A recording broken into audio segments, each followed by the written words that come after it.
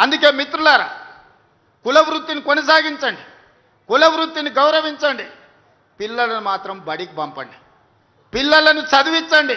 Nursery నుంచి 12th class వరకు quality education, nutrition food ఇచ్చే బాధ్యత రాష్ట్ర ప్రభుత్వం తీసుకుంటుంది. ఎన్ని వందల కోట్లు ఖర్చైనా మా బట్టి విక్రమార్క గారు వెనుకడుగేయకుండా గ్రీన్ ఛానల్లో మీకు డబ్బులు ఇస్తాడు. ఒకప్పుడు నర్సరీ, ఎల్కేజీ, యూకేజీ లేదు, పాఠశాలల పిల్లలకు టిఫిన్ పెట్టే సాంప్రదాయం లేదు. మధ్యాహ్నం అన్నం పెడితే దొడ్డు బియ్యం పెట్టి పల్చడి సాంబారు వస్తే పిల్లలు తినబుద్ధి కాక తిన్నా వామిటింగ్ చేసుకునే పరిస్థితి. ఈరోజు highest quality, the best fine rice ఈరోజు నేను, మా బట్టి గారు, మా మహేష్ గౌడ్ గారు, మా పొన్నం ఏ సన్న బియ్యం తింటున్నామో ఈరోజు ప్రభుత్వ పాఠశాలల్లో ఆ సన్న బియ్యమే పిల్లలకు ఈరోజు అన్నం పెట్టిస్తున్నాం. ఒకరోజు ఇడ్లీ, ఒకరోజు పూరి, ఒకరోజు వడ, ఒకరోజు దోశ, ప్రతిరోజు ఒక్కొక్క రకం ఈరోజు బ్రేక్ఫాస్ట్ పెట్టిస్తున్నాం.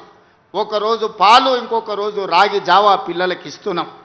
కడుపు నిండా తింటే వింటున్న చదువు తలకెక్కుతుంది, తలకెక్కితే వాళ్ళ తలరాత మారుతుంది.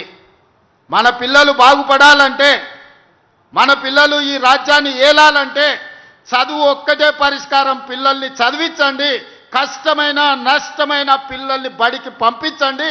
ప్రభుత్వ పాఠశాలల్లో మీకు అన్ని వసతులు ఇచ్చే బాధ్యత తెలంగాణ రాష్ట్ర ప్రభుత్వం తీసుకుంటుంది. నర్సరీ నుంచి 12th వరకు ఎడ్యుకేషన్, 12th తర్వాత స్కిల్, సాంకేతిక నైపుణ్యం.